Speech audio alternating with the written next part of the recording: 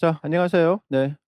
이번에 이제 시험이 바로 이제 끝이 난 지 한 달이 지났고요. 이제 아마 모레죠. 네. 많은 분들이 이제 긴장되실 텐데 모레 이제1차 합격자 발표가 있습니다. 어 제가 전에 기출 문제 분석 해설 특강 영상을 찍었는데요. 그거 보신 분들 있으시겠지만 그리고 제 카페에 제가 답지를 해설 모금 답지를 또 올려 놨습니다. 올해 시험 같은 경우 작년하고 이제 묶어서 봤을 때 여러분들이 내년이죠. 26 학년도 이 합격을 위해서는 대체 어떻게 공부를 해야 되는가라는 부분에서 많은 고민이 생길 텐데요. 저도 요번 답을 분석하면서 작년에 느꼈던 점이지만 올해는 이제 그 부분이 좀 더 심화가 된 느낌이 좀 많이 들었습니다. 어떤 부분에서 이제 그런 부분이 들었는지 같이 분석을 해 보고요. 어쨌든 올해 시험에서 부분적으로 어려운 것들 혹은 조금 이제 문제 유형 스타일이 정말로 이제 예전이죠. 10여 년 전에 이 객관식 시대 문제화로 돌아가고 있는 거를 느끼게 되는데요. 여러분들이 그래서 이 시험을 대비하기 위해서는 그렇게 바뀐 유형에 대한 준비를 하기 위해서는 보다 철저한 대비가 필요하다라는 것을 다시 한번 느끼게 되는데요. 그래서 인제 아마 올해 새로 준비하시는 분 그리고 인제 아마 모레 발표가 끝나면 그 결과에 따라서 많은 분들이 또 많은 고민을 하게 될 텐데요. 물론 인제 붙어서 2차 준비를 하신 분도 계시겠지만 어쨌든 보다 많은 분들이 합격하기를 바라는 마음이지만 혹시라도 이제 다시 해야 되는 경우에는 지금 제가 분석해 드리는 이 영상이 나중에 좀 도움이 되시기를 바라겠습니다. 올해 시험에 대한 얘기를 하기에 앞서서 일단 여러분들이 어 신경 써야 되는 부분이 어 제가 전에 기출 분석에서 말씀을 드렸는데요. 올해 기출 시험 분석에서 말씀드렸던 것이 작년, 재작년 매년 똑같은 얘기가 나오고 있는 게 올해 시험 역시 기출의 흐름에 집중하고 기출을 보다 철저하게 분석을 했어야 되는 문제들이 상당히 많았습니다. 그런데 인제 올해 같은 경우는 특히 2009 년이었죠. 2009 년부터 2013 년까지의 객관식 시험 에 나온 그 용어들과 도판들 요런 거에 대한 활용성이 인제 점점점 높아지고 있다. 그래서 저는 요 객관식 시험에 대한 화론을 먼저 좀 서두에 꺼내고 싶은데요. 여러분들이 요 기출 흐름이 이제는 단순하게 우리 10여 년 전 이후에 객관식 이후에 나왔던 1차 주관식 시험이 있습니다. 그때 문제들은 아마 지금 여러분들 문제를 보시면 '야 이렇게 쉽게 나왔나?' 싶을 예 문제 유형도 그렇고 문제 내용도 그렇고 그랬어요. 그래서 이제는 여러분들이 이 기출 분석을 한다고 치면 너무 쉬웠던 주관식의 옛날 문제들은 '이런 게 나왔었구나.'만 확인하시고 다 가볍게 넘어가시고요. 보다 더 중점적으로 봐야 되는 것은 인제 최근 5 년치의 시험 문제들과 예전 객관식 09 년부터 13 년까지의 그 4 년치의 문제들입니다.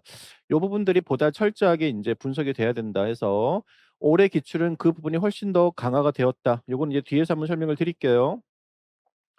자 그래서 인제 이러한 기출의 출처가 어디인가를 철저하게 분석을 해야 되는데 여러분들이 제가 기출 올해 문제 분석하면서 그런 말씀을 드렸습니다. 여러분들 느꼈겠지만 올해가 역대 최고로 교과론 문제가 제일 함축적으로 많이 나온 해예요.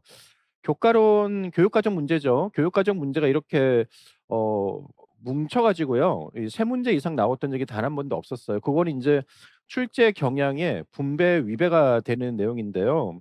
사실은 교육과정론은 많아야 2 문제 정도에서 배점이나 그거를 끝내야 되는데 올해는 정말 유독 너무나 편중이 됐었다라는 것을 볼 수 있는데 그 얘기는 역으로 얘기하면 이제 26 학년들을 공부하시는 여러분들은 '아 이번에 교육과정이 많이 나왔어? 그럼 내가 교육과정을 무조건 암기할 거야. 죽어라고 인제 모든 내용을 싹 다 외울 거야.'라고 덤비다가는 또 뒷북치는 격이 된다라는 거죠. 어 올해 같은 경우는 굉장히 특이한 케이스라 보시면 돼요. 제가 그 수업 중에 분석할 때요. 그 내용 정리하고 교육과정론 얘기할 때도 그런 분석을 해 드렸는데 교육과정론이 분명히 나오긴 나온다. 다만 지금 인제 22년 교육과정 개정된 지 2년 차기 때문에 어떤 문제가 나올 것인지를 잘 분석을 하고 거기에 맞춰서 인제 공부를 해야 된다 해서 제가 중점적으로 문제풀이에서 많이 냈고 수업 중에도 많이 강조한 것이 22년 교육과정에 대한 내용도 물론이거니와 2년 차까지는 아직까지는 교육과정의 흐름, 우리 7차 교육과정 내에서의 원년 1차 개정, 2차, 3차, 4 차까지의 그러한 흐름들의 영역의 변화 이런 것들은 인제 알아야 된다 해서 문제를 많이 냈었는데요. 저도 상당히 많이 냈었죠. 제 문제풀이반을 수강하신 분들은 아실 거예요. 그래서 인제 그런 부분들을 철저하게 암기하신 분들은 올해 교육과정론에서 많은 점수를 획득해서 아마 고득점으로 갈 수 있는 그런 길이 열렸을 거예요. 근데 내년도 이렇다고 보시면 절대 안 된다라는 거죠. 그러면 이제 내년에는 3년 차예요. 22년 교육과정 개정안이 개정된 지 3년 차이기 때문에요. 예전 기출문제 분석을 해 보시면 어떤 연도에 교육과정론이 개정이 된 지 3-4 년치가 되면요. 보다 심화적으로 교육과정에 대한 해체, 분석을 할 수 있는 문제를 낸다. 그래서 저는 또 올해는 그 부분에 맞춰서 문제를 내 드리고 또 수업 중에 강조해 드릴 겁니다. 이 나오는 패턴들이 있어요. 올해 그거를 벗어나지 않았는데 그 비슷한 유형을 너무 집중적으로 세뇌 문항을 내버렸다라는 것이 올해 좀 특이하다라는 점입니다. 어쨌든 그래서 여러분들이 교육 과정은 하긴 해야 돼요. 안 할 수는 없는데 올해처럼 그렇게 많이 나올 거라고 생각하시면 안 됩니다. 우리는 여전히 미술사 파트, 표현 파트 그리고 인제 올해는 또 미교론이 적게 나왔죠. 미교론이 올해는 순수 미교론 문제가 딱 2 문제밖에 안 나왔는데 요 얘기는 내년에는 미교론이 좀 더 확산될 수도 있다라는 거겠죠. 그래서 아마 올해 문제 출제하신 분들이 분배를 요렇게 한 것 같아요. 교육론 문제가 지금 사실 2 문제 정도 더 나왔어야 되는데 그 2 문제를 이 교과론 쪽으로 낸 게 아닌가. 그렇게 인제 약간 이게 저희가 그 문제 배분을 보시면 전체 배분에서 25 에서 35%가 교과 교육론 및 교육과정론 문제거든요. 그렇게 따진다면은 그 안에서는 서로 어떻게 문항수를 나누든 상관이 없다라는 거죠. 그래서 인제 교수법 그다음에 교육과정론, 순수 미술교육론 그죠? 그리고 가끔 인제 비평학습, 올해는 비평학습이 거의 안 나왔다 봐야 되는데요. 요런 것들이 이제 어 이번에 쪼금 교육과정론 많이 편중된 해였다. 자 그래서 여러분들이 어쨌든 중요한 것은 기출의 출처를 공략을 하자.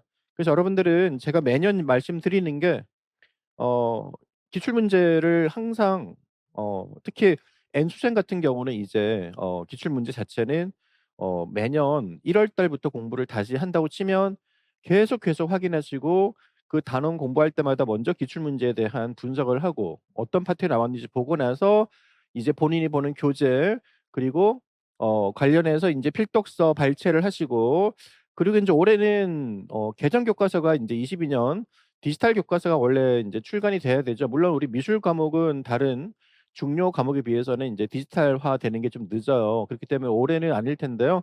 어쨌든 개정 교과서가 이미 나왔습니다. 저는 그 견본을 일단 준비를 해서 분석을 하고 있는 상태인데 뭐 내용상으로 훨씬 보기 깔끔하고 이런 거 있습니다만 뭐 아주 크게 달라지거나 그런 것보다는 쪼끔 더 디지털화된 그러한 교과서 패턴이 보인다라는 것을 볼 수 있었고요. 어쨌든 요 부분도 전혀 무시하면 안 되겠죠. 새롭게 교과서가 나온 해니까.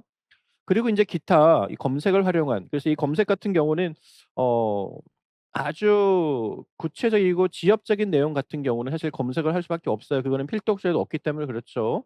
올해 그런 문제가 이 목탄의 흔적에 대한 펜티멘토 같은 경우가 좀 그런 유형의 용어에 해당한다라는 거 볼 수 있습니다. 어쨌든 여러분들이 올해도 중요한 것은 여전히 기출 문제는 바닥에 깔고 그리고 교재 중심으로 내용 정리를 착실하게 하고 거기다가 이제 요러한 살들이 붙어가는 것이 쳇바퀴 돌듯 계속 돌아가야 된다라는 것을 말씀을 드리겠습니다.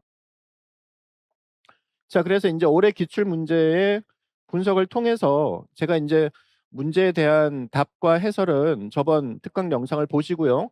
제가 카페에 올린 제 답지를 보시고 답은 다 올려 놨으니까 그렇다면 인제 올해 기출 문제의 이런 경향을 토대로 '내년도 시험은 과연 어떻게 흐를 것인가.' 요 부분은요. 제가 작년 이맘때였죠. 25 학년도 합격 전략을 위한 발표회에서 한 영상이 있습니다. 물론 그건 지금 내려갔습니다만 제가 그때 이 분석했던 것이 요거랑 비슷한데 지금 올해는 그거보다 쪼끔 더 나아간 거예요. 다시 얘기하면 올해는 기본적인 거는 기본적인 거대로 여전히 나오고요. 이거는 작년도 마찬가지고 매년 마찬가지죠. 그리고 인제 용어 자체의 전문화가 좀 더 심화되었다. 요렇게 볼 수 있을 것 같아요. 그래서 제가 여러분들에게 가끔 설명드리는 것 중에 하나가요.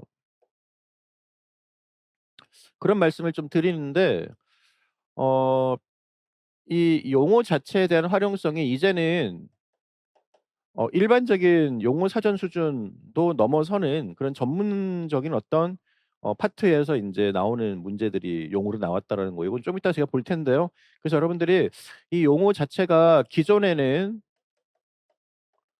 용어 사전 정도였다면 지금은 이거가 훨씬 더 그 일정의 어떤 그런 그 폭이라고 하죠. 깊이와 폭이 더 두세 배 이상 넓어질 정도로 조금 더 인제 각 파트별로 다져가야 된다는 말씀을 드리는데, 그 부분들은 특히 전문적인 용어들에 대한 정리를 보편적으로 이제는 가져가야 된다라는 말씀을 드립니다. 자, 그다음에 자, 올해 그리고 작년도 그렇고요. 이 도판들이 이제는 전략적인 분석이 필요하다. 요 도판에 대한 전략적인 분석은 예전 같으면, 물론 지금도 그래요. 지금도 도판의 종류가 두 가지로 나옵니다. 한 종류는 일반화적인 예전 기출문제 스타일로 그 도판에 관련된 배경 혹은 관련된 화파, 작가의 어떤 이념 요런 것들을 연합해서 묻는, 소위 얘기해서 약간 좀 비벼 쓸 수 있는 그런 거리가 좀 있는 것들이고요. 또 하나는 아예 그 도판 자체를 묻는 거예요. 이거는 우리가 미술사, 뭐 동서양 미술사의 작품들 도판 수를 따진다면 정말 어마어마하기 때문에 수없이 많은데, 그 도판들 중에서 이제는 뭐 아주 중요한 도판들은 너무나 이제 기본이 됐고요. 그 외에 소위 얘기하는 예전 같으면 지엽적이다 해서 이제 버릴 수밖에 없었던 그런 도판들도 어떤 그 뭐 포인트가 있다면 시험에 충분히 나올 수 있는데, 그 도판들을 전략적으로 학습해야 된다. 이 무슨 말이냐면 특정 도판 같은 경우는 아예 상징, 의미, 분석 자체를 해석을 더 직접적인 해석을 해야 된다라는 얘기입니다. 이것도 제가 이제 뒤에서 예시로 설명을 드리도록 하겠습니다. 어쨌든 요 두 가지가 작년보다는 조금 더 이제 더 특화가 된 케이스라고 볼 수가 있겠습니다. 자, 그 외에 넓고 깊어진 문항의 수준. 자, 요거는 작년도 그렇고 올해도 그렇고 넓고, 그죠? 그리고 깊어졌다. 이 넓은 것은 사실 얕다의 개념인데요. 거기다가 깊어졌어요. 얕고 깊게, 즉 넓고 깊게인데요. 우리는 요 넓고 깊어진 문항 자체에 대한 흐름은 바로 예전 객관식 때 공부했던 패턴이 바로 이 넓고 깊게 공부하기였었어요. 그래서 이제는 거의 예전 객관식 문제 스타일만 기입형이고 서술형이지, 예전 객관식 스타일로 지금 거의 바뀌어 가고 있다라고 볼 수 있겠습니다. 자, 이러한 굉장히 얕으면서 넓고 그러면서 또한 깊어진 이러한 용어들이나 이 내용들이 나온다고 하면, 기본 문항은 또 여전히 굉장히 쉽게 출제가 되고 있어서, 그래서 저는 여러분들에게 말씀을 드리고 싶은 게 이 변동폭이라고 하죠. 다시 얘기해서 아주 쉬운 문항, 그리고 소위 얘기하는 자 어려운 문항, 요거에 대한 변동폭이요. 해가 갈수록 더 벌어지고 있다라고 보시면 돼요. 다시 얘기하면 다시 얘기하면 요 쉬운 계열의 수준 자체는 정말로 중학생 수준의 그런 단어와 뜻을 묻기도 한다. 근데 우리는 이게 중학생 수준의 아주 쉬운 직관적인 답을 요구하는 거라는 것을 자꾸 까먹어요. 혹은 믿지를 않아요. 왜 그러냐면 얘 때문에 그래요. '아 이거 절대 이렇게 쉬운 걸 낼 수가 없어. 아 이런 거를 물을 리가 없어.'라는 그 불신, 네 회의 때문에 뭔가 자꾸 한번 꼬아서 생각을 하게 된다라는 거죠. 그래서 요거를 꼭 명심하셔야 돼요. 지금의 문제들은요. 요 폭이요. 점점 더 깊어 점점 더 벌어지고 있다라는 것이에요. 어려운 거는 쪼금씩 더 지엽적으로 흐르고 있고 쉬운 거는 여전히 너무나 쉽게 흐르고 있다라는 것이죠. 이 얘기는 무슨 말이냐? 우리는 쉽고 어려운 곳의 중간의 난이도를 2분의 1 지점을 잘랐다고 치면은 요 아래쪽 문제는 다 맞춰야 된다라는 것이에요. 자, 그래서 이 쉽고 어려운 축에 대한 그 중간 수준에서 여러분들이 그 기본적인 수준에서는 절대 내가 실수든 아니면 잠시 착각을 해서 생각을 안 하든 간에 못 적는 문제, 즉 점수 감점이 되는 부분이 생기면 절대 안 된다라는 말씀을 꼭 드리고 싶어요. 근데 제가 이렇게 매년 강조를 해도 여러분 그 시험이라는 그 상황이 주는 긴장감의 무게 아시잖아요. 이 굉장히 쉬운 것들도 자꾸 틀리는 게 그죠? 자꾸 틀리는 게 이 시험의 어 어떻게 보면은 약간 함정이라고 볼 수 있을 것 같아요. 그래서 여러분들이 이 4 번의 기본 문항에 대한 정확한 요구 파악, 즉 내용 자체를 정확하게 써야 되는 그 부분들은 올해 시험에서도 예를 들어서 여러분 다 알다시피 뭐 발목법이나 몰골법이나 뭐 비백법이라든가 뭐 이런 정말로 기본적인 수준의 용어 자체를 물을 때 이런 것들은 절대 의심을 하지 마시고 아주 쉬운 문항은 정말 직관적인 답이 맞아요. 처음에 딱 보자마자 떠오르는 답들을 정리를 해 나가야 되고요. 평상시에 요런 거에 대한 쉽다고 그냥 간과하지 마시고 요게 문제로 나왔을 때 '어떻게 물을 수 있을까?' 이런 것들을 항상 대비하면서 정리를 해야 된다라는 거죠. 그리고 아까 얘기했듯이 기출 문제가 굉장히 고활용되고 있다라는 것은 이제 아까 잠깐 설명을 미리 드렸습니다.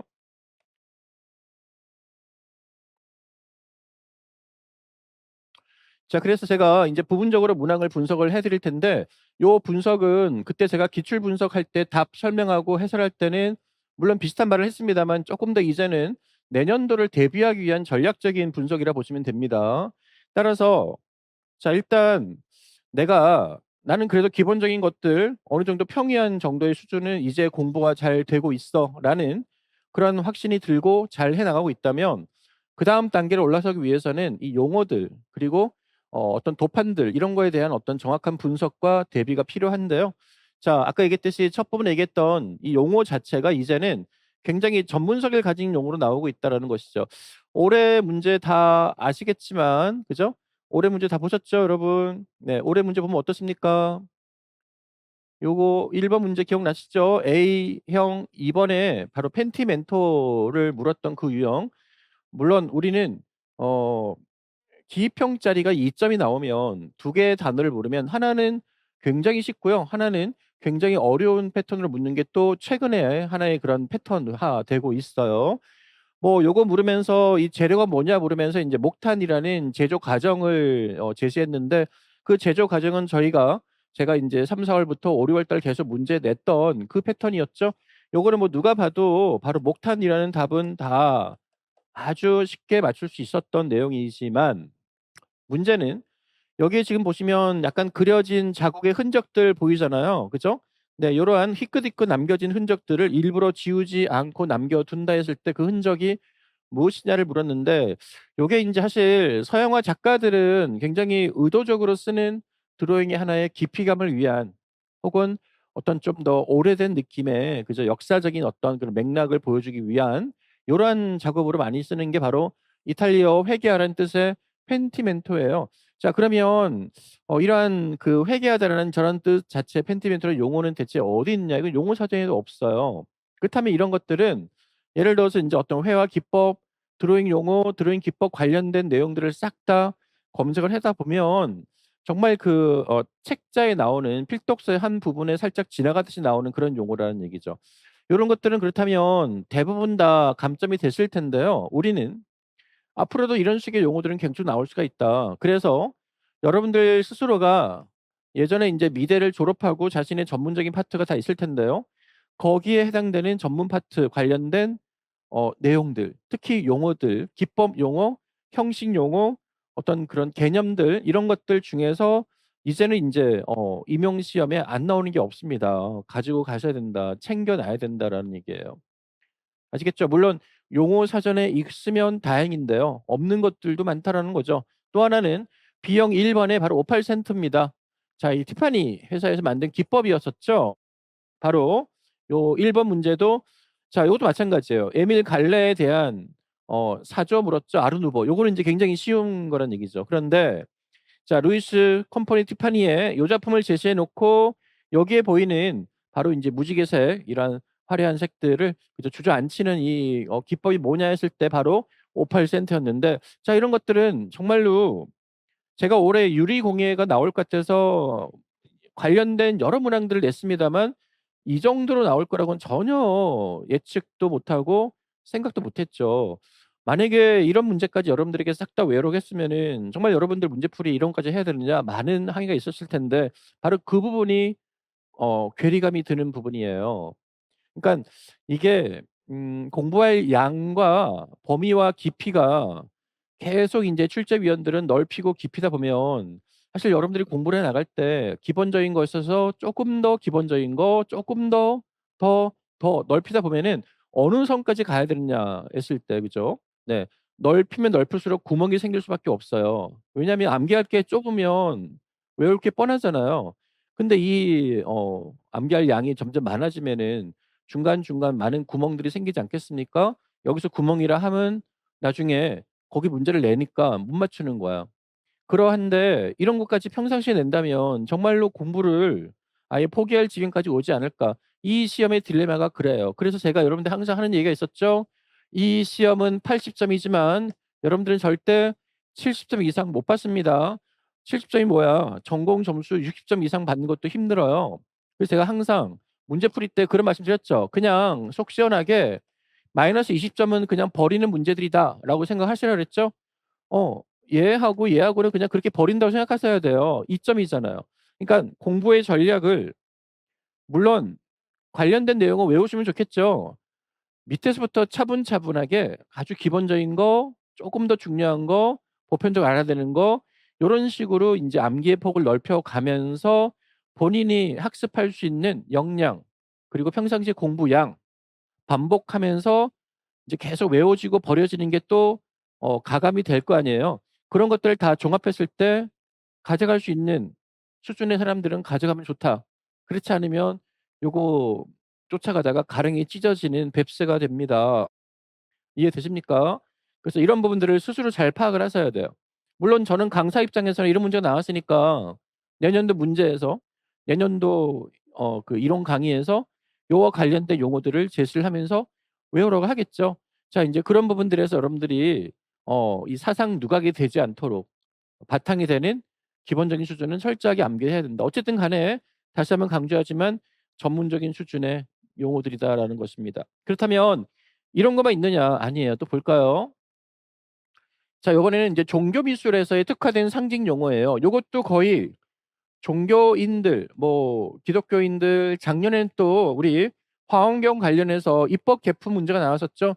저는 이 문제가 또 그 문제랑 같은 급이라고 보는데 사실 이 문제는 그 문제보다 작년에 불교의 입법 개품보다 한층 더 깊어진 문제라고 봐요.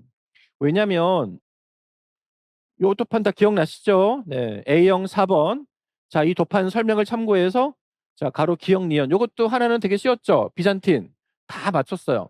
하나는 대부분 다 틀렸어요. 바로 판토 그죠? 그라토르.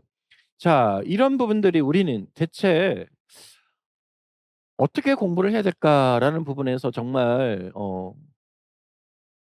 전지전능한 그리스도 사실 모르겠어요. 여러분들 중에 기독교 혹은 성경 공부를 철저히 하신 분들 이거 맞췄나 모르겠는데 성경에 나오는 얘기인지 아닌지는 저는 모르겠어요. 다만 제가 이제 그런 건 있습니다. 제가 문제 풀이 때 그릭 매너라는 도판들 관련해서 인제 요런 것과 비슷한 그죠? 여러분들 기억나실 거예요. 해서 인제 양식적으로는 약간 심화된 내용을 물었으나 그때 이 도판 자체에 대한 너무 지나친 종교적 특색이 강화된 쉽게 얘기해서 구약 선서, 신약 선서에 우리가 이름들까지 외워서 문제 내게 할 수는 없잖아요. 그래서 인제 그 범위선을 잘랐는데 제가 보기에는 이 판토그라토르는요. 거의 거기에 준하는 수준 즉 구약 성선이 신약 성선이 하는 기독교 성서에 나오는 거에 거의 준할 정도의 수준에 가 버렸다라는 거죠. 사실 좀 너무했다라고 봅니다. 그러면 아까 얘기했던 그 전문적인 용어 펜토엔토하고요. 그죠? 뭐 오팔센트라든가 판토크라토르 이런 문제가 언제부터 이렇게 특화된 문제가 나오기 시작했을까요? 바로 인제 18 학년도였나요? 아직도 기억나는 게 예전 객관식 때 제가 학생들에게 수업 중에 서양 미술사의 바로 이 조각 자세 중에는 뱀이 다리를 트는 형상이 있다라고 해서 피구라 세르핀드란트로하고 인제 용어를 설명을 드렸던 적이 있는데 그게 돌고 돌아서 그죠? 한 7-8 년이 지나서 인제 주관식에서 바로 기입형 때 그걸 물었었어요. 그 당시에 대부분 다 틀렸는데 예전 객관식 때 제 수업 들었던 오래된 장수생이 그 시험 문제에서 그거를 맞춰 가지고 인제 저하고 반가움에 통화를 한 적이 있습니다. 기억이 나는데요. 요거 보시면 거의 그때부터 간간이 그런 용어를 묻기 시작했어요. 물론 그때는 그런 용어가 기껏해야 1-2 개였어요. 그래서 별로 신경 안 써도 됐어.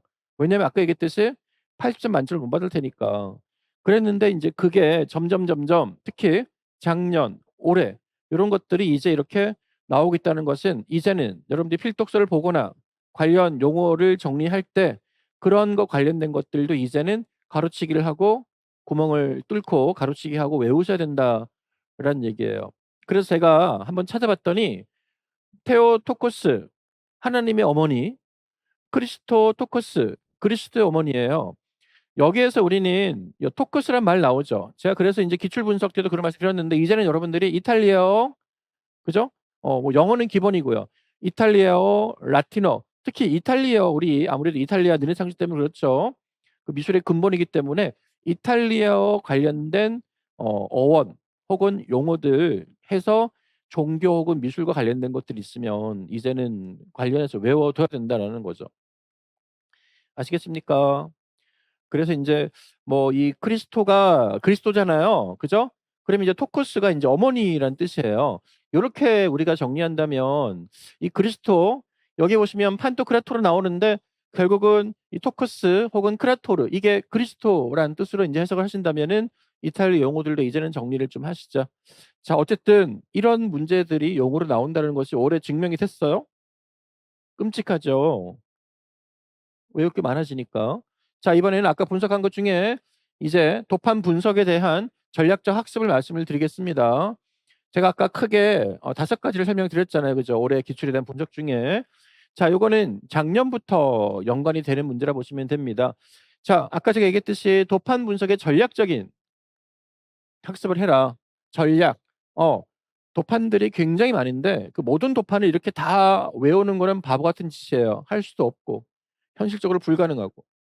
그렇다면 어 나름대로 좀 해석하기에 용이한 혹은 어떤 시대 배경과 맞물려서 상징성을 좀 드러내기 좋은 도판들 특히 우리나라와 중국 미술 이런 시기에 암울했던 시기, 억압의 시기 혹은 전쟁이나 혁명과 맞물리는 그런 관련 도판들이 있다면 저는 정리를 따로 찾아서 하자라는 주장을 하고 싶습니다.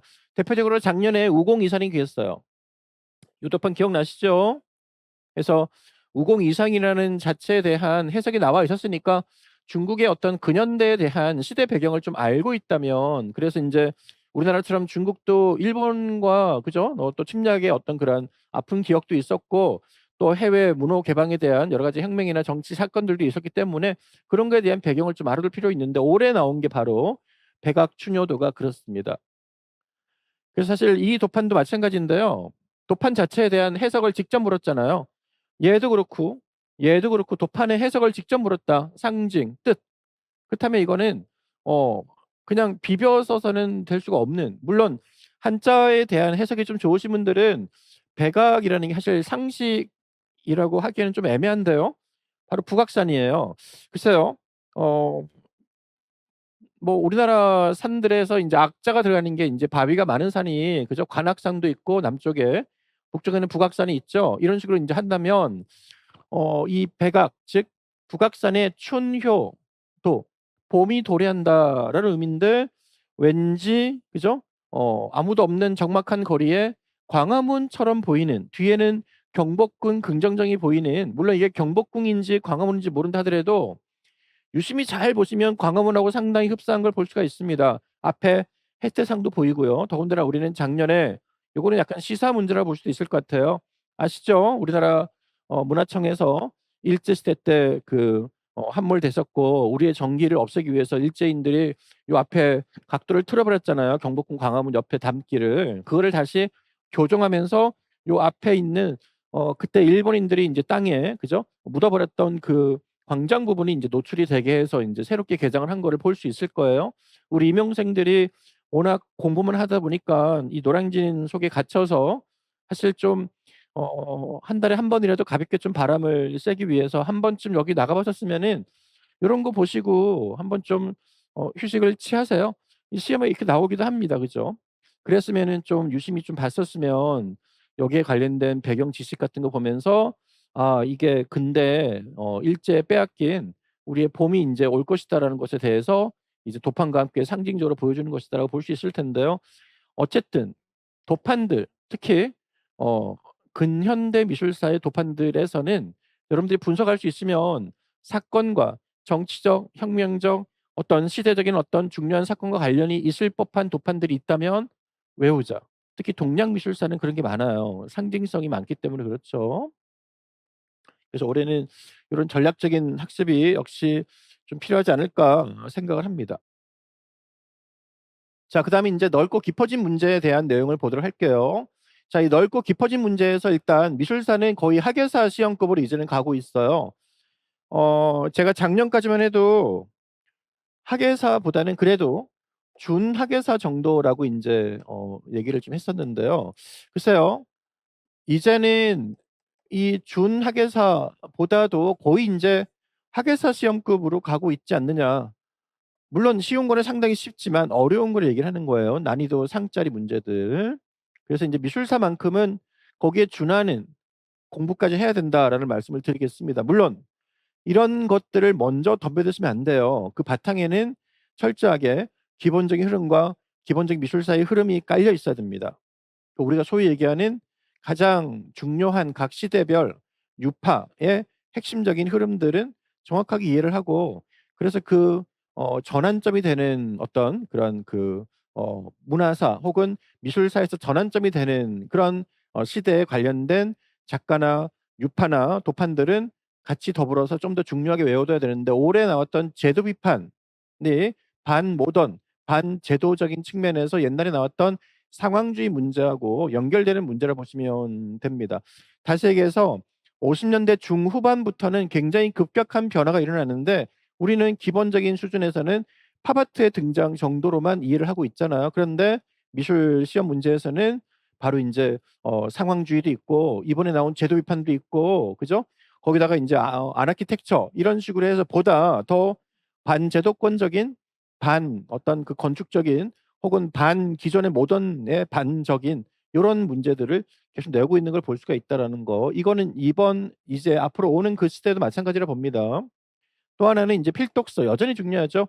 특히 이 발췌를 해서 정리를 하자. 올해 필독서 나온 부분이 제가 지금 들고 왔는데요. 좀 이따가 보겠습니다만 아마 요 책은 다 갖고 있는 분들도 계시겠지만 1900 년대 이후의 미술사라는 뭐 책 두께 보시면 어마어마하죠. 그죠? 네. 요거 하나가 1900년 이후니까 인제 현대 미술 파트입니다. 사실 올해 이 여기 나온 문제들과 요 책은 우리 이전부터 계속 활용이 되고 있었어요. 다만 인제 아까 얘기했듯이 요 책의 내용이 워낙 두껍고 워낙 다양하고 해석이 좀 더 풍성하기 때문에 여기에 대한 것을 접근할 수 있는 수준이 되려면 교재에 있는 기본적인 수준 정도는 달달달 흐름을 정리할 정도가 돼야지만 이 책을 보시라는 말씀을 하고 싶어요. 그렇지 않으면 뭔 말인지 이 두꺼운 책에서 어떤 게 중요하고 시험 문제는 어떤 부분이 나올지를 전혀 파악을 못하게 된다라는 것입니다. 자, 이 책뿐만 아니라 미술 교육론에서도 마찬가지죠. 올해 시험 문제를 포함해서 최근에 좀 우리 재작년에 프리드만 문제 같은 경우도 그런데요. 올해 제가 또 리드 문제 냈던 그 관련 참고서가 바로 미술 교육론의 사상, 교육 이론과 사상이라는 그 책인데요. 그 책의 내용도 상당히 중요한 것들이 많이 실려 있습니다. 올해 리드의 문제를 내가 평상시 냈던 것도 그 책에 관련된 것들을 낸 건데 리드가 나올 것이다라는 확신이 있었기 때문이겠죠. 자, 그리고 아까 얘기했듯이 기출 문항에 보다 심층된 응용 확산이다라는 것입니다. 자, 이렇게 넓고 깊어진 문제들이 자, 미술사부터 보도록 하면 학예사급 수준과 맥점이 필요하다 했는데요. 작년 문제에서는 기억나시죠? 작년에 탈제도화 문제에서 프린스의 무죄하고 자켓 풀바디 형식사 요 기억나십니까? 네. 그래서 작년에 리포토그래피 다시 얘기해서 인제 복제에 대한 것을 다시 물으면서 기존의 그 독창성, 유일성이라는 것에서 인제 제도적인 거부를 했던 그 작가들의 설명이 나왔었죠. 자, 사진 부분에서도 사진학의 역사에서 굉장히 중요한 작가와 그리고 약간 처음 보는 현대 작가 쪽에 대한 심층적인 문제를 물었었는데 요런 것들은 거의 뭐 학예사급 수준의 현대 미술이다 보시면 되겠습니다. 물론 얘네들이 필독서에 다 들어 있긴 해요. 다만 요런 작품들은 인제 좀 더 사진학 자체에 대한 분석을 해야 되기 때문에 저건 또 사진학에 대한 별도의 또 필독서가 있겠지만 우리는 이 사진학은 얘기했듯이 패턴이 나올 때가 있고 안 나올 때가 있기 때문에요. 사진 자체가 매년 나오는 게 아니라는 점.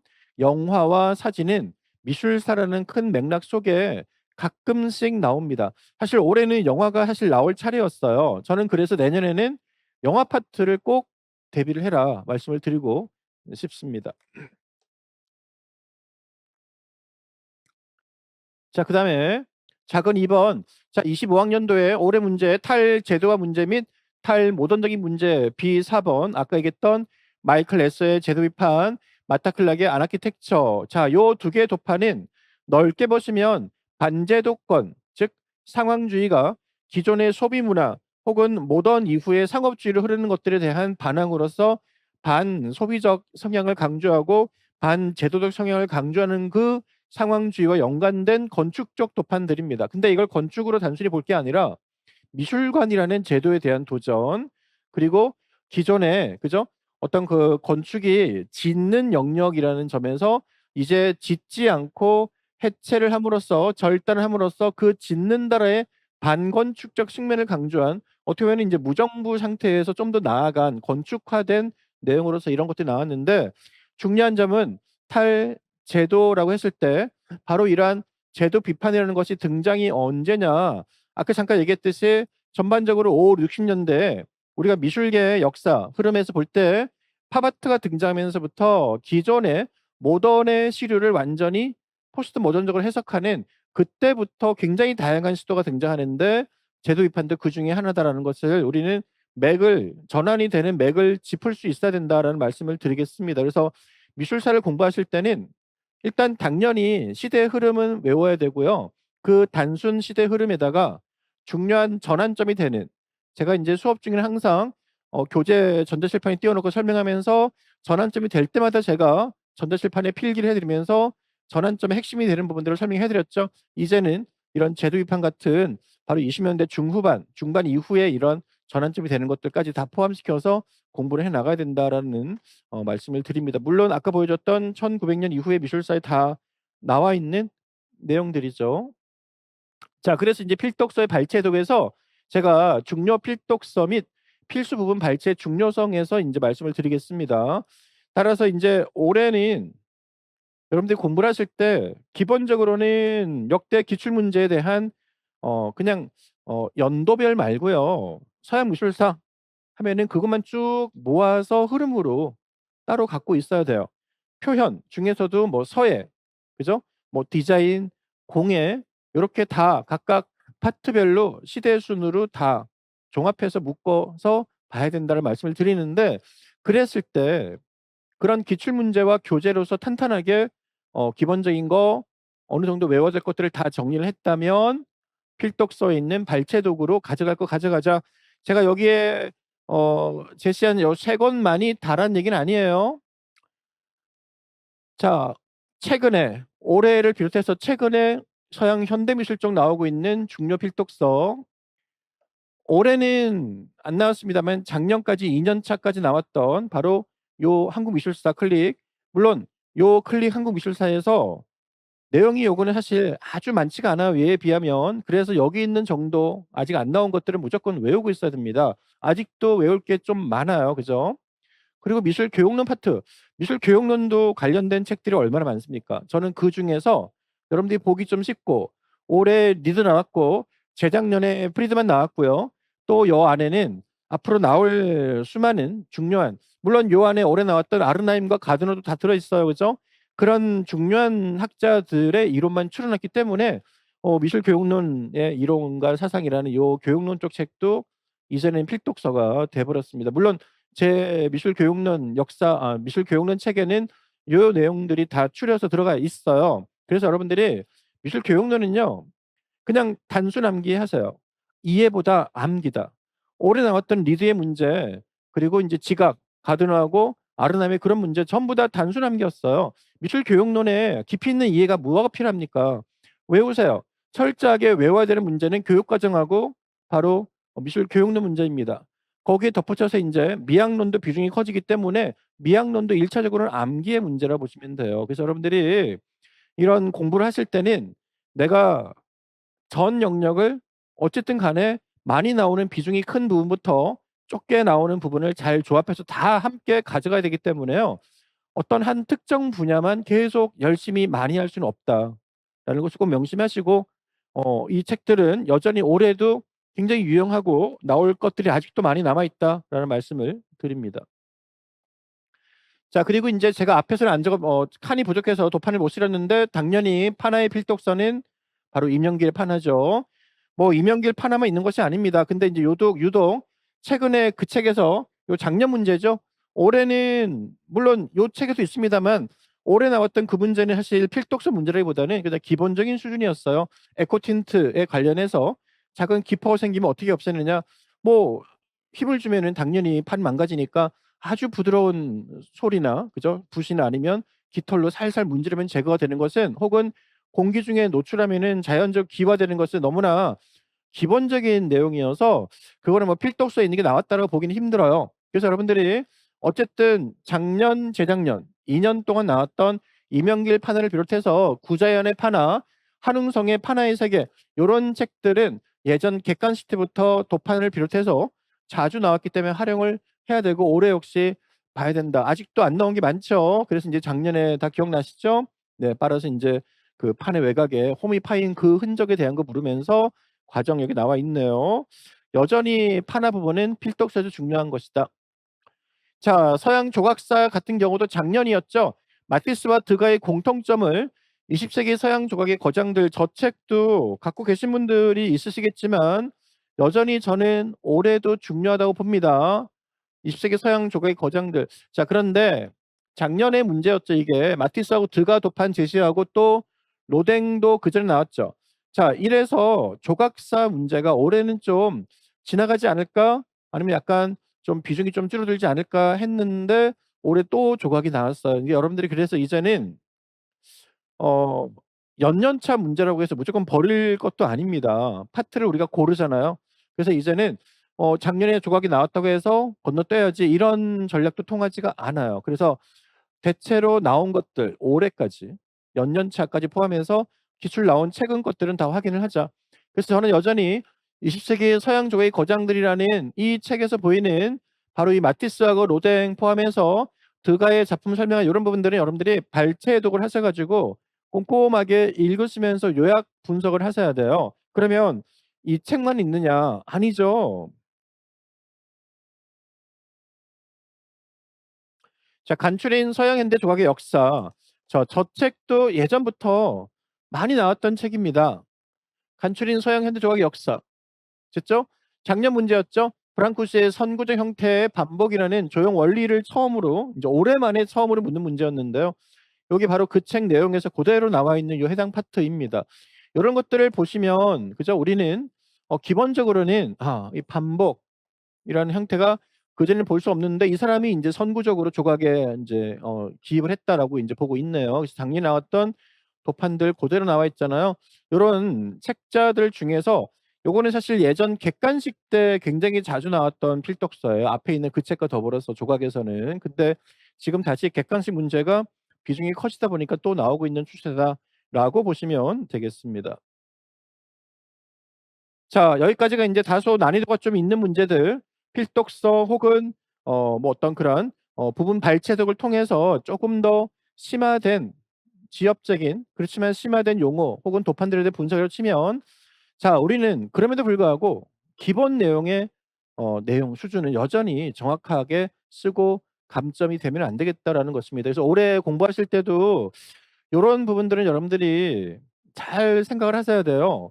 평소에 쉬운 거를 굉장히 좀 소홀히 여기는 경향이 많습니다. 공부를 하다 보면 '이런 거 다 외웠던 거지. 작년에 재작년에 다 봤던 거야.' 하고 그냥 '문제를 어떻게 나올까?'라고 한 번쯤 신중하게 생각을 깊이 있게 하는 게 아니라 그냥 '이거 뭐지?' 하고 알면은 그냥 넘어간다는 얘기죠. 근데 그거를 문제로 내요. 그러면 이게 그거를 묻는 거라는 걸 몰라요. 왜? 문제로 안 풀어봤기 때문에. 우리의 맹점은 문제를 안 풀어본 게 나오잖아요. 그러면 당황해합니다. 그러면 평상시에 문제를 많이 풀어보든가 아니면 요게 문제로 나오면 어떻게 나올까를 생각을 하면서 외우시라는 얘기예요. 자 그런 게 올해 어떤 문제가 나왔습니까? 바로 3 절. 자 이 3절 뜻 너무나 기본적인 내용이잖아요. 그래서 체북 도판 제시해 놓고 자 이 사람이 인제 3 절에 어쩌고저쩌고 해서 인제 3 절이다. 바로 체북은 시서화에 모두 능한 사람이다. 그림과 시와 글에 다 능한 사람, 화가로서 능한 사람이었잖아요. 그죠? 근데 저 3 절도 제대로 못 적은 사람이 많았다. 다시 얘기해서 이 3절 자체가 갖고 있는 기본적인 개념은 다 알지만 그렇게 문제 물었을 때 갑자기 당황을 한다는 얘기죠. 괜히 한번 꼬게 되고. 자 백남준의 비디오 아트 제시하면서 형식이 뭔지를 물었어요, 가로치기를. 자 비디오 조각입니다. 다시 얘기해서 제가 수업 중에 "백남준은 꼭 나올 거다. 더군다나 빌비올라가 작년에 타계했기 때문에 빌비올라하고 연계해서 꼭 외워라." 마침 카페에도 우리 학생이었죠. "제가 보기에도 나올 것 같아." 하면서 인제 그 둘의 비교를 저한테 질문하신 분도 계셨고 다 여러분들도 스스로 다 파악이 가능한 수준이었어요. 빌비올라 나올 게 나왔어요. 물과 불. 그죠? 어떤 그런 죽음과 생성에 대한 그런 설명. 그리고 비디오 조각. 제가 백남준 비디오 아트는 크게 적게는 3 파트, 많게는 4 파트라고 하면서 말씀드린 게 있습니다. 바로 제일 초기 작품의 비디오의 창시 이후에 여러분들 알다시피 이제 인공위성 그리고 나서 비디오 조각 그러고 나서 뭐예요? 바로 레이저 아트 시기였잖아요. 그때도 제가 이 "조각이라는 단어를 꼭 써야 된다."라고 해서 백남준은 비디오 즉 모니터를 로보트처럼 바로 조각처럼 만든다라고 해서 말씀을 드렸던 것들 굉장히 기본적인 분류이기 때문에 절대 당황하시면 안 된다라는 거죠. 그리고 비백법, 몰골법 문제도 마찬가지예요. 자 비백법에 대해서는 너무나 다 알고 있는 기본적인 수준이지만 자 그 조희룡의 홍매도를 거기에서 인제 빨간 매화를 꽃을 꽃잎을 한 번에 그리는 기법 했을 때 여기서 괜히 꼬게 되면 "한 번에" 요런 단어 때문에 괜히 또 일필이나 그죠? 요런 그 기타 단어들이 자꾸 생각이 난단 말이죠. 혹은 발목이라든가 어떤 분은 또 선염도 생각이 날 거고. 근데 그 지문을 잘 읽어 보시면 정말 몰골을 묻는 쉬운 내용이었어요. 그런 것들을 평소에 '아 이런 것들이 문제에 이렇게 나올까?' 우리는 미처 그런 걸 대비를 안 하기 때문에 갑자기 물으면 이게 그 쉬운 거라는 것을 아는지 모르는지 아마 알 텐데 실수를 하는 게 우리들이다. 다시 한번 꼬게 되고 생각을 다르게 하게 되면서 괜히 너무 쉬운 단어 말고 한 번 더 생각해서 나온 두 번째, 세 번째 오답들을 적게 되는 게 우리 심리인 것 같아요. 조심해야 됩니다. 예서치하고 쌍국밥 물었던 서예 문제 올해 서예는 상당히 쉽게 나왔네요. 그죠? 제가 그랬습니다. 각 파트별 난이도의 어떤 수준을 본다면 서예는 역대 기출 문제에서 딱 2번 빼고는 굉장히 쉽게 나왔다고 말씀드렸어요. 나머지는 거의 정말 기본적인 수준의 문제였습니다. 올해 서예 같은 경우도요. 그죠? 예서치에 물었던 것도 거기 딱 보면은 위에 글자가 나와 있었잖아요. 그걸 보면서 물었던 거고 쌍구법도 도판이 너무나 쉬운 거였죠. 그러니까 이런 기본적인 것들 물을 때는 절대 의혹을 품지 마라. 여러분들이 외웠던 가장 쉬운 가장 1 차적인 요목화 용어에서 물었다라는 것입니다. 자 그다음에 이제 기출 문제에 대한 활용 증대에 대한 말씀을 드리겠습니다.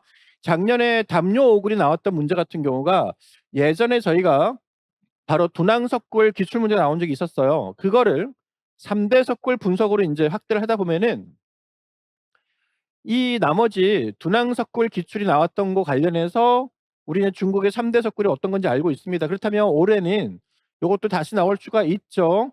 3대 석굴 중에 아직 안 나온 나머지 2 개를 이런 식으로 공부를 해야 된다라는 거죠.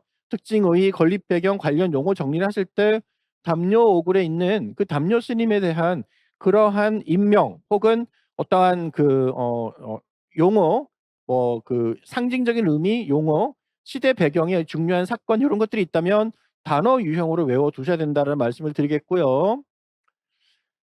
자 올해 문제에서 요거 기억나실 거예요. 자 "객관식 및 중요 기출의 흐름별 파악이 중요하다."라는 부분에서 인제 올해는 바로 생기론이 나왔죠.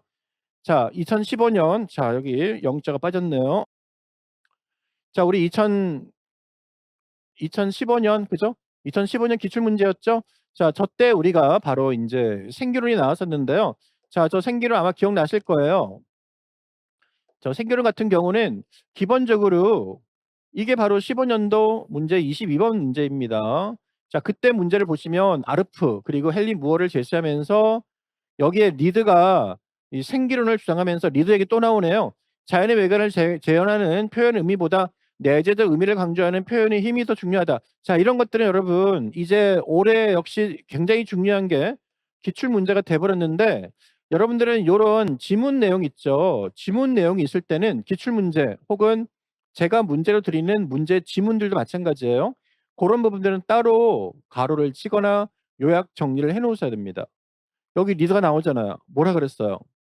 외관을 제어하는 가로 표현 의미보다 내재 에너지를 전달하는 뭐 표현의 힘이 더 중요하다.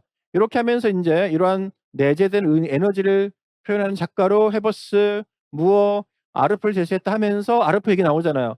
유기체적인 성장, 유사, 분열, 번성 등을 상징하는 모종의 형태 작품. 바로 올해 나왔던 유기론을 묻는 거죠.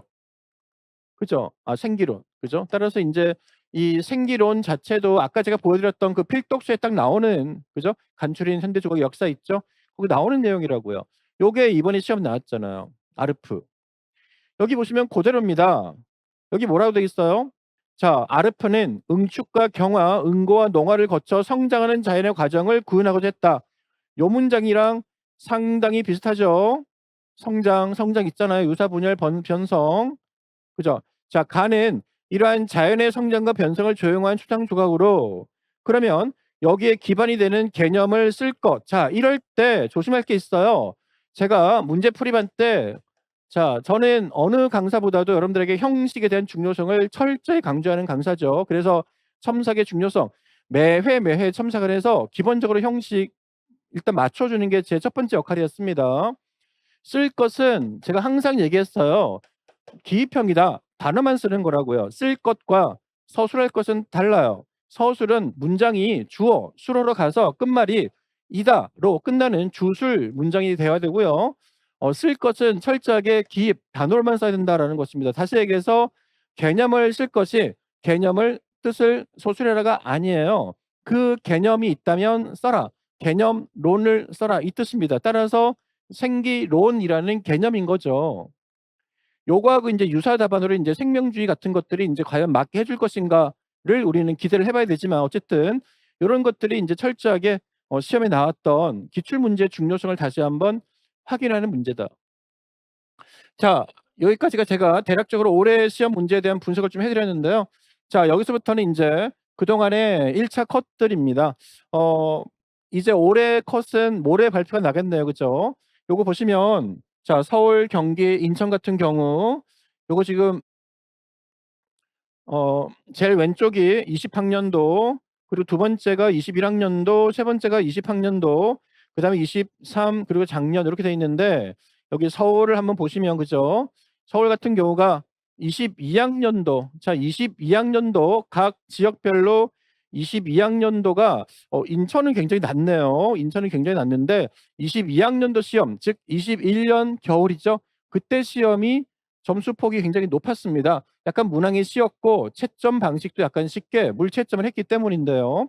다만 점차 이후를 보세요. 작년까지 이 특히 전국 지역의 평균 난이도의 1차 컷의 수준의 변화를 보여주는 서울과 경기 두 지역은 71 에서 67, 65, 67 에서 65, 61로 굉장히 하락하는 경향을 보이고 있습니다. 그렇다면 과연 올해는 어떻게 될 것인가? 제가 보는 관점에서는 최소한 22와 23의 중간 정도까지는 올라갈 것 같아요. '중간선까지는 올라가지 않을까.'라고 예측을 합니다. 왜? 올해 문제에서 쉬운 게 정말 쉬웠어요. 문제는 아주 까다로운 문제에서 얼마나 인제 많은 분들이 같이 놓쳤느냐 이거 하고, 그다음에 평이한 문제인데 요구에 대한 정확하게 답을 쓴 사람이 과연 얼마나 있을까 부분에서는 좀 회의감이 들긴 합니다만, 그래도 대체로는 작년처럼 혹시라도 물채점 비슷하게 점수를 매긴다면 정확하진 않아도 유사한 답에 채점을 해 준다는 전제하에서는 이렇게 갈 거다라고 봅니다. 제 입장에서는 그래요. 그래서 어쨌든 올해는 작년보다는 높아지는 건 분명할 것 같아요. 재작년 혹은 그 전 사이가 되지 않을까. 자, 인천은 쪼금 이제 지역적으로 좀 인제 인원수가 적었다가 많았다 하면서 특이하기 때문에 점수 폭의 변동이 3년 전에 좀 달랐네요. 자, 그리고 대전, 충남, 충북입니다. 대전 같은 경우도 그죠? 대체로 작년에 60, 그다음에 63.3, 66, 요 내려가는 폭은 같아요. 그죠? 네. 충북은 인제 작년에 시험 안 봤죠. 그러다가 인제 올해 뽑았고, 충남 같은 경우는 예 쪼금 그전보다는 높았네요. 약간의 지역적인 어떤 특수 상황, 실기 비중이라든가 점수 폭이라든가 이런 거에 따른 상황이 좀 있습니다. 자, 부산, 대구, 경북, 경남인데요. 대체로 아주 높았던 재작년 22 학년들은 아주 높은 것을 확인할 수가 있다. 특이한 점은 대구 같은 경우가 작년에 전국 1 등이었죠. 1-2 등이었나? 그죠? 네. 거의 1-2 등이었는데 굉장히 인원수가 적을 때, 거기다가 티오가 적은데 과감하게 인제 시험 응시하신 분들 중에 점수 고득점자들이 인제 쪼끔 있게 되면은 올라가겠죠. 부산 같은 경우도 그죠? 이 내려가는 폭에서 인제 작년에 점수가 좀 올라갔네요. 요거는 인제 지역적인 티오 그 상황을 보시면 됩니다. 부산, 대구는 경상도 지역의 서울이라고 보시면 되잖아요, 점수가 높으니까. 어쨌든 간에 대체로 작년도 점수를 보시면 아시겠지만 이 대구, 부산 요런 것들 빼고는 그 전전년도보다는 많이 낮았던 걸 볼 수가 있습니다.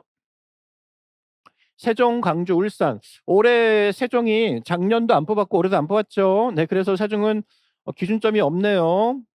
자, 광주가 작년에 이게 안 뽑은 게 아니라 점수를 공개를 안 했어요. 그래서 이제 몇 점인지 모를 뿐입니다. 자, 대체로 보면은 어때요? 자, 울산도 굉장히 적게 뽑는 지역이었죠. 울산 같은 경우는 약간 TO가 굉장히 적게 뽑는 지역 중에 하나라서 과감하게 용기 있게 인제 올해도 아마 그런 분들이 계실 텐데 응시를 하는 분들이 어떻게 보면은 점수가 쪼끔만 높은 분들이 모이면은 그만큼 높아지는 곳인데 인제 인원이 적다 보니까 인제 용기가 안 나는 거예요. 그래서 보면 그런 거에 혜택을 본 게 작년에는 굉장히 낮았죠. 그래서 요거 보고 올해 또 응시하신 분들이 많이 계신 걸로 알고 있습니다만, 요런 거에 대한 변수는 전략적인 심리적인 싸움이어서 얼마든지 변경이 가능하다라는 점. 전남, 전북, 제주입니다. 대체로 60 초반에서부터 50 후반, 60 초반에서 50 후반, 그죠? 비슷비슷하네요. 제주도 역시 50 후반. 따라서 요 흐름에서 지금은 교육학 플러스 전공을 합한 점수예요. 그죠? 작년에 이렇게 많이 내려간 이유 중에 하나는 교육학이 상당히 어려웠죠. 전공은 물채점을 조금 한 해였다고 봅니다, 저는. 그런데 교육학이 워낙 내려갔기 때문에 합산 점수가 60을 만약에 넘기지 못했다, 이 얘기는 만약에 인제 전공에서 50이 안 나온 상태라고 치면 교육학에서 10점 중반대까지 작년에 안 나왔으니까, 만약에 60만 받는다면 교육학에서 그죠? 13 정도 받고 나머지가 40점 후반대밖에 안 나왔다는 얘기예요, 그 전공이. 어쨌든 요렇게 되는데 과연 이 '올해가 어떻게 될 것인가.'라는 그러한 의구심, 이제는 인제 이틀 뒤면 보겠죠. 저는 작년보다는 분명히 올라가긴 할 거예요. 그 폭이 제가 그때 기출 분석할 때는 한 2-3 점이라고 말씀드렸는데요. 교육학 여러분들 물어보니깐 작년만큼 어려워서 점수가 좀 업로할 거라고 얘기하시더라고요. 맞습니까? 그렇다면 전공 점수에서 과연 얼마나 물채점을 할 것인가가 관건이 될 텐데, 글쎄요. 전공 점수에서 올해 1차 것을 인제 제가 이렇게 분석을 좀 해본 거를 말씀을 드리면, 어디까지나 제 개인적인 생각입니다. 작년처럼 채점을 할 경우, 요 작년처럼의 채점은요, 작년에 글쎄요. 제가 작년에 점수를 매겨 드렸을 때 뭐 예를 들어서 49 에서 55다 이렇게 매겨 드리면, 실제 이 점수에서 그전에는 대부분 다 중간 점수 내지는 칼채점 쪽으로 점수를 받았는데, 작년 같은 경우는요, 이 물채점보다도 5 점에서 많게는 10 점까지도 받으신 분을 봤어요. 제가 깜짝 놀랐거든요, 물채점보다도. 작년엔 그래서 서술형에서 대충 비벼 썼을 때 내용의 그런 의미가 맞다면은 '거의 다 맞게 해준 게 아닐까.'라는 생각이 들었습니다. 작년 문제를 봤을 때 그렇게 점수가 오를 수가 없는 시험이었는데. 그래서 인제 저는 이렇게 볼 것 같아요. 어 작년식으로 채점할 때는 전반적으로 교육학 점수 포함했을 때 63 에서 70 예상을 합니다. 만약에 정확하게 채점을 해서 조금 더 냉정하게 채점을 한다고 치면은 여기서 인제 한 5점 내려가서 58 에서 65니까 요 경우는 작년보다 비슷하거나 살짝 올라가는 정도가 될 거예요. 그렇지만 만약에 작년처럼 약간의 물체 느낌으로 간다면 저는 60점 초중반에서 70 까지도, 특히 고득점 지역은 70 초반까지도 올라갈 수 있지 않을까. 그렇게 되면은 22 년도에 근접하는 점수가 나오지 않을까 싶어요. 그래서 요렇게 되는 이유는 교육학의 그 전년 수준으로 내려간 거에다가 요거 지금 약간 편집이 좀 압축이 돼 버렸네요. 전공이 소폭 상승하고요. 그러면서 인제 전체가 하락을 할 텐데, 문제는 이 교육학 같은 경우는 난이도가 좀 어려웠으니까 글쎄요, 한 13 에서 15 예상을 하고요. 그다음에 이제 전공이 문제인데 채점 방식이 예측이 거의 안 되는 상황에서 작년보다 그래도 3 에서 5 점은 상승하지 않을까, 전공만 봤을 때는. 그래서 전공에서는 안정권은 기본 점수가 커트라인의 예하 안정권은 50 에서 55는 일단 나와야 되지 않을까 보고요. 물론 이거보다 더 받는다면 50 후반에서 60 점이 나온다면 교육학 점수에 따라서 응시한 지역에서 상위권 점수를 받을 수 있을 겁니다. 자, 그리고 인제 전체적으로는 이러한 넓고 깊어진 난이도 지속성의 유지에 따라서 얼마나 많은 감점이 됐을까라는 부분, 인제 점수에 대한 얘기예요. 기본 문항 요구가 정확하게 대응을 정말 잘했을까, 요런 부분 때문에 전체적으로는 하락이지만 채점 방식에 따라서는 상승이 될 것 같다. 요렇게 볼 수가 있겠습니다. 아마 모레 인제 결과가 나오겠죠. 그렇다면 우리는 어떻게 이 시험을 대비할 것인가? 제일 앞에서 얘기했던 거랑 상당히 인제 비슷한 맥락인데, 인제 정리를 하자면 "순환 주기 학습을 보다 철저하게 해야 된다." 요게 작년보다 더 이제 철저하게 지켜주셔야 돼요. 거의 다람쥐 쳇바퀴 돌듯이 계속 이어져야 되는데요. 먼저 여러분들은 교재 내용을 강의로서 들을 거예요. 자, 요 과정을 제일 많이 거칠 겁니다. 이 과정을 거치면서 부분별로 필독서를 추가를 하고요. 자, 요렇게 했을 때 요 강의에서 필독서까지의 요 내용들을 철저한 회독, 철저한 요목화를 하면서 계속 반복 암기를 하셔야 되는데, 언제까지? 기본적으로 1 월부터 제가 보기에는 한 7-8 월까지는 계속 이어져야 돼요. 자, 그리고 나서 인제 점검을 첨삭 시험을 통해서 혹은 많은 문제풀이를 통해서 계속 확인을 해 나가는 과정을 거쳐야 된다. 왜냐하면 여기에서 암기가 된 요 사항들을 점검을 하지 않으면 그냥 머릿속으로만 갖고 있는 상태이기 때문에요. 이게 완전하게 내 것이 됐는지 아닌지를 우리는 파악을 못 합니다. 그거를 확인하는 방법은 문제화된 것을 풀어보면서 맞추는 거예요. 혹은 틀리더라도 어떤 부분에서 내가 이 괴리감이 있는가, 그 간격을 확인하시고 그 간격을 메워 나가셔야지, 그냥 문제화된 것을 안 보게 되면요, 나중에 시험 문제에서 '이게 뭘 물었던 거지?' 굉장히 당황하는데 답지를 보고 '이거 물었던 거야?' 라고 놀라게 되고 스스로에게 실망하게 된다라는 거죠. 그런 경우를 경우가 발생되면 안 되겠다라는 말씀을 드립니다. 자, 기출문제 흐름 및 심층 응용화를 하자. 그래서 자, 흐름으로 예측을 파악하고요. 그 관련 내용을 해독을 하고 심층 용어를 보다 철저하게 암기를 해 나가시고, 요 심층 용어가 아까 얘기했듯이 바로 뭐다? 거의 전문화된 지식의 용어까지도 올해는 가져가야 된다는 말씀이에요. 기본적으로는 용어 사전 정도, 그리고 필독서 정도의 용어였는데 이제는 보다 전문화된 지식 용어를 가져가야 된다는 말씀을 드립니다. 그렇게 해서 인제 기출 문제로 확인한 후 필독서 발췌를 응용하는 수업이, 학습이 계속 돼야겠다라는 말씀을 드리고요. 그래서 계속 하는 얘긴데요. 필독서 발췌독을 철저히 하세요.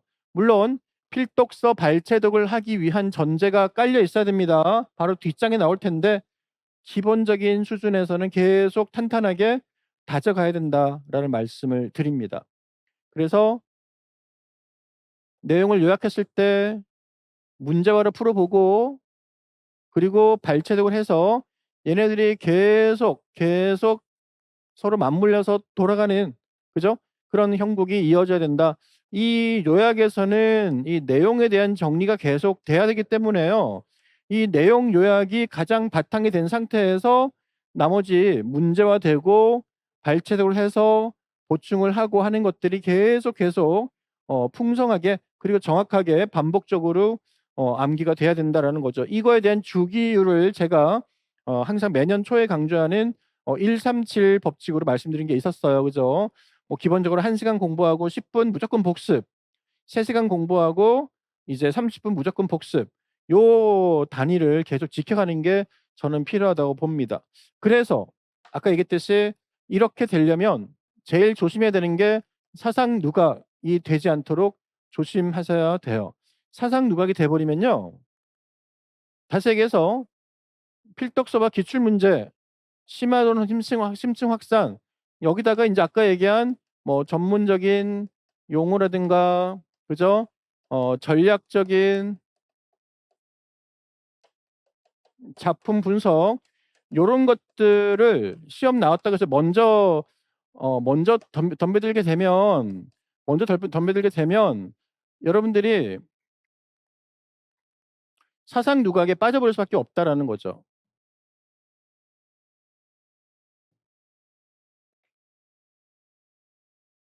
알겠죠? 그래서 얘네들을 기본이 보다 완벽하게 철저하게 다져진 상태인지를 계속 끝없이 확인을 하셔야 된다라는 거예요. 그래서 여러분들에게 제가 매년 강조하는 것이 모든 파트별로 구조화, 즉 요목화라고 하죠. 거기에 따른 기본적인 개념, 종류들은 계속 확인을 하시고 더군다나 이 시험이 아직까지는 객관식으로 바뀔 그죠? 네, 그런 변화의 요지는 없습니다. 여전히 우리는 주관식 이 기입형 시험으로 계속 갈 텐데 문항수가 좀 더 많아지거나 달라질 수는 있어요. 그렇지만 어쨌든 뭔가를 백지에 써야 되기 때문에 계속 머릿속으로 요목화된 거를 떠올리고 그거를 이용해서 계율을 짜고 거기에서 인제 평상시에 내가 형식에 맞게 답 쓰는 연습을 한 다음에 문장으로 만드는 요 과정이 계속 쳇바퀴 돌듯 이어져야 된다라는 거죠. 그러려면은 이 기본적인 내용이 철저하게 정리가 된 상태에서 심화 논으로 심층 확산을 하고 여기까지가 이상이 없는 여기까지가 이상이 없이 아주 탄탄하게 갖춰져 있다 싶을 때 필독서와 기출문제, 전문 용어들, 전략적인 작품 분석까지 가야 된다는 거죠. 물론 기출문제 자체는 제가 위에 넣었습니다만 얘 밑에 있는 것들 계속 바탕이 되는 것은 아까 얘기했듯이 처음에 얘기했듯이 기출은 항상 바탕에 깔고 가야 된다는 것은 변함이 없습니다. 사상 누각에 주의하죠. 따라서 기본을 절대 소홀히 했으면 안 된다라는 거예요. 올해 문제, 작년 문제 매년 기본적인 수준이 못해도 60-70%는 나오고 있어요. 이 기본적인 수준의 60-70%만 실수하지 않고 철저하게 맞출 수 있다면 여러분들이 기본적으로는 50점 이상은 충분히 받을 수가 있어요. 그 기본적인 수준에는 기입형의 용어, 아까 얘기했던 모의고법 이런 기본적인 단어도 있지만 우리 봤잖아요. 재작년에는 그룹 담체 그죠? 예 그리고 뭐 그 모의고법을 직접 해석을 그죠? 개념을 써라, 방법을 써라 이렇게 그 서술형도 나왔잖아요. 그죠? 그런 문제 마찬가지예요. 혹은 그전에 또 나왔던 문제들을 보시면은 뭐 우리가 평상시에 너무나 쉽게 외우고 있던 그죠? 뭐 그 백묘법 이공리 그때 나왔잖아요. 그죠? 그러면서 백묘법의 특징을 물었잖아요. 그러면 그런 것들이 다 너무나 기본적으로 알았다고 생각하고 평상시에 인제 쉽게 생각하고 지나가는 부분일 텐데 얘네들이 어떻게 문제 나올까? 나올 때는 어떻게 적을 것인가를 충분히 우리는 고려하면서 신중하게 계속 요약 정리를 하자라는 거죠. 따라서 이러한 핵심 요약은 이 핵심적인 부분은 심화 이론까지의 초석이 되기 때문에 아주 기본이 되는 바탕이다. 핵심을 요약을 잘했다. 요목화를 철저하게 하셔 가지고 머릿속으로 구조화 그래서 개요 짤 때 그 문제에 따라서 단원에 따라서 요목화된 것을 쭉 적고 필요한 거를 발췌해서 풀었을 수 있어야 된다. 모든 기출 문제의 단골 패턴은 요목화가 된 상태에서 풀 수가 있어요. 그리고 인제 메타 인지화. 자, 이 메타 인지화가 되려면요. 내가 인제 여기까지 배웠던 내용들이 문제로 이미지가 만들어질 수 있어야 돼요. 문제로 나온다면 내가 과연 풀 수 있을 것인가? 요런 걸 떠올리면서 정확하게 그래서 요 정확성 여러분들이 올해 굉장히 중요한 화두 중에 하나가요.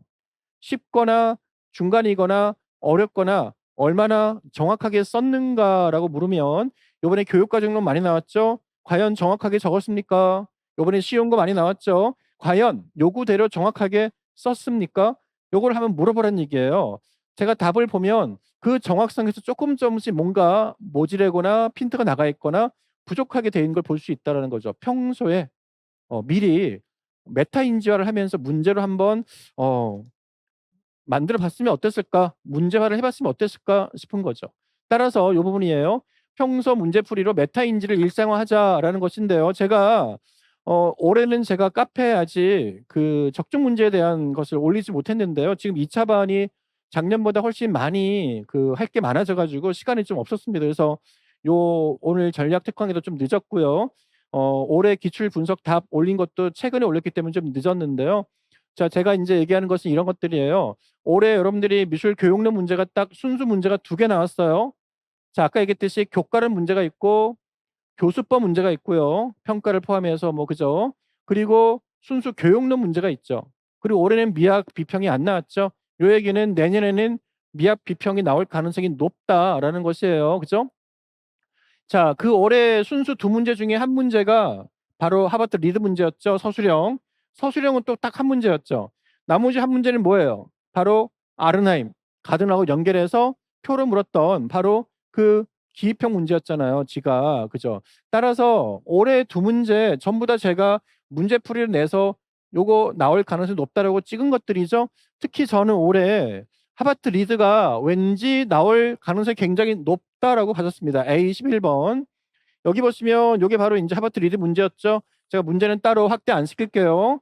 여기 보시면 리드의 예술을 통한 교육. 자, 요것도 제 교재에 그대로 원문이 실어져 있죠. 목차가.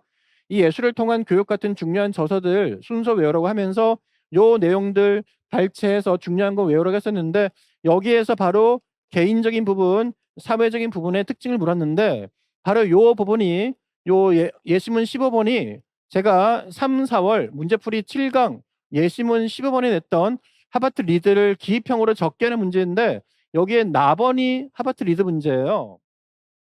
요 하버트 리드에 제가 3, 4월 문제풀이 7강 예시문 15번 그때 풀었던 문제를 보시면 아시겠지만 여기 지금 보시면 아시겠지만 여기 나와 있는 바로 요 부분이에요. 그래서 어 여러 가지 사회 병리 현상을 요거 적으셔야 돼요. 답 그대로예요. 미술여행 교육의 개혁을 해결할 수 있다. 요 부분이 사회적인 부분에 적어야 되는 답이었고요. 그다음에 교육의 기초를 예술에 두고 개인의 개별성이 보장되면서 상호를 위한 전달 순환수 미술 교육을 해야 된다. 요 부분이 이제 문장 중에 바로 인제 개인적 부분에 들어갈 수 있는 내용이었죠. 바로 그거를 요번에 인제 물었다는 것이고요. 또 하나는 사물여행 교육 그리고 인제 결합여행 교육 요거는 대부분 다 잘 적으시라 믿고요. 중요한 것은 여기 나오는 요 부분이에요. 인간 기질의 유형. 제가 요게 9, 11월 모의고사 1회 A형 4번에서 리드 나올 가능성이 매우 높다면서 제가 요 문제가 첫 문제가 아니죠. 8월 달에도 7, 8월 달에도 기출 분석하면서 이 문제를 또 드렸습니다. 이거는 비슷한 다른 문제. 제가 하버트 리드는 올해 나올 가능성이 매우 높다 하면서 여러 가지의 방법을 여러분들에게 이제 외우라고 했었는데 이 시각적 영역하고 심미적 영역의 2가지에 대한 구분도 당연하고요. 또 하나는 이 시각적 심리적 영역 중에서 바로 이 주관 부분에 있는 게 뭡니까? 여기 나오네요. 자, 인간의 정신 활동의 전통적인 분류인 사고, 감정, 지각, 직관이라는 그래서 이번에 답이 직관이었죠. 이 4가지 분류와 연관해서 사실주의, 이상주의, 그리고 추상주의 여기 빈칸에는 그때 빈칸 뚫기는 니은을 물었죠. 바로 감정주의였잖아요. 그죠? 그렇다면 표현주의 혹은 감정주의. 자, 제가 그때 말씀드렸어요. 제가 문제 낼 때 답만 달랑 외워가지 마시고 여기 지문에 있는 것들을 같이 정리해서 외워야 된다. 제가 요거는 매년 강조 드리거든요. 공부의 방법론입니다. 이 문제라는 게 강사가 낸 문제하고 기출 문제하고 100% 완전히 똑같이 그대로 뺏어박기 낼 수는 없어요. 근데 이 정도면은 거의 강조했던 내용에서 지문 내용에서 여러분들이 외웠어야 되는 것들이 당연히 나온 거라는 거죠. 그래서 요 개인적, 사회적 즉 3, 4월 문제풀이 7강 예시 15분의 리드에 대한 요 내용과 모의고사 1회 A형 바로서 4번 문제 나왔던 요런 것들에서 잘 보시면은 충분히 우리가 풀 수 있는 내용이었다. 물론 제가 또 8월 달 문제에서는 칼 융의 심리 유형에서 여기 기억나시죠? 바로 8가지 분류했다라는 거 그때 한번 낸 적이 있었잖아요. 물론 저거는 지금 문제를 안 물었네요. 그죠? 다시 얘기해서 제가 문제풀이를 3 월부터 일찍 시작하는 이유가 있습니다. 아까 얘기한 메타 인지화 때문이에요. 매주 내용 정리를 철저히 하시되 그게 문제로 어떻게 나오는지를 꼭 확인을 하세요. 이 과정을 같이 병행해서 가져가라. 제가 얘기하는 이 시험의 성공 비율은 일단 외우되 그 외운 것이 문제로 어떻게 되는지를 계속 확인을 하셔야 됩니다. 아니면 본인이 문제를 직접 만들어 보세요. 계속 풀어가시는 연습을 하라는 얘기죠. 이런 것들이 잘 돼야만 점수에서 우리는 원하는 점수를 받을 수가 있다라이고요. 그리고 쉬운 것도 당황하지 않고 풀 수 있게 된다라는 것이죠. 자, 다음으로는 이번에 이제 어쨌든 22년 교육 과정이 3년 차가 되기 때문에요. 조금 더 인제 특성화돼서 이제 부분적으로 나올 수가 있는데 그거에 대한 방향성이에요. 자, 정체성은 자각 전통성이고요. 공동체 역량에서 생태 환경, 세계 심의나 디지털 교육에서 가상 혹은 증강현실, AI, 원격화 같은 거, 그다음에 심미성의 체험이 미적 체험 바뀐 거 요거는 뭐 예전에 시험 나왔으니까. 자, 융합 선택 이번에 나왔죠. 그리고 인제 작년에 나왔죠. 지식이해, 범주, 과정 기능, 가치 태도인데 얘네들에 관련된 내용들을 조금씩 더 인제 살펴가시기 바랍니다. 그래서 인제 교과서에 있는 출제 방향도 중요하지만 아직 요거는 인제 작년에 나왔던 브릴로 상자가 교과서에서 한 대여섯 군데 나오고 있는데 그거를 설명을 드린 건데 올해는 바로 22년 개정 교과서가 중1이 시작이 되기 때문에 그게 만약에 중간에 시작이 되면 그 도판으로 인제 정리해 나가셔야 되고요. 융합 선택이 신설이 됐기 때문에요. 이 교과서에 실려 있는 융합 선택 관련된 이 알고리즘 같은 용어라든가 요런 것들이 나온다면은 우리는 이게 교과서 용어지만 한번 용어 사전 혹은 검색을 통해서 알고리즘 관련된 더 깊이 있는 용어는 무엇이 있는지를 확인을 하는 과정을 또 거쳐야 된다. 물론 이 도판 즉 이 소니스 개발하는 떠오르는 색 공간이라는 영국 런던에 설치된 요런 내용인데요. 얘네들 같은 경우하고 연관해서 알고리즘을 외워 나가라는 거죠. 요런 것들은 올해 내년이죠. 내년에 충분히 여러분들이 공부를 앞으로 해 나갈 때 꼭 외워야 되는 것들이고요. 자, 공동체가 22년 교육 과정에서 굉장히 강조하고 있는 용어입니다. 그죠? 따라서 이 팬데믹 이후에 세계 생태 시민이라는 새로운 용어가 등장하면서 생태 미술이 등장하는데 요런 것들 이제 교과서에 설명을 하고 있어요. 자, 테일러의 수중 조각 공원이 나온단 말이에요, 도판이. 그러면 우리는 이런 걸 보고 '자, 테일러라는 작가가 이런 걸 하고 있구나. 의미는 무엇이다.' 그리고 '생태 미술이구나.' 체크를 하면서 이제 요런 것들이 인제 심화된 필독서 발췌 내용으로 체크를 해야 됩니다. 펠릭스 가타리가요. 세 가지 생태학에서 세 가지 생태를 제시하는데 자연 형태, 생태, 사회 생태, 정신 생태 해 가지고 여기 환경 문제를 다루는 거, 사회 구조 문제 하는 거, 인간의 주체성에 다루는 거 이렇게 가타리에 대한 설명이 나온다. 연관된 심층 내용이라는 거죠. 저런 것들을 전략적으로 교과서 도판과 그리고 필수 22년 교육 과정의 필수 관련 용어들로서 가지고 가면서 계속 내용에 추가하시고 정리를 해 나가야 된다라는 말씀을 드리겠습니다. 자, 여전히 중요한 거 디지털. 올해 디지털 미술이 안 나왔어요. 자, 우리 객관식 시험 문제 보시면 디지털 많이 나왔죠. 올해 건너뛰었습니다. 저는 내년에 디지털 다시 나올 차례가 됐다고 봅니다.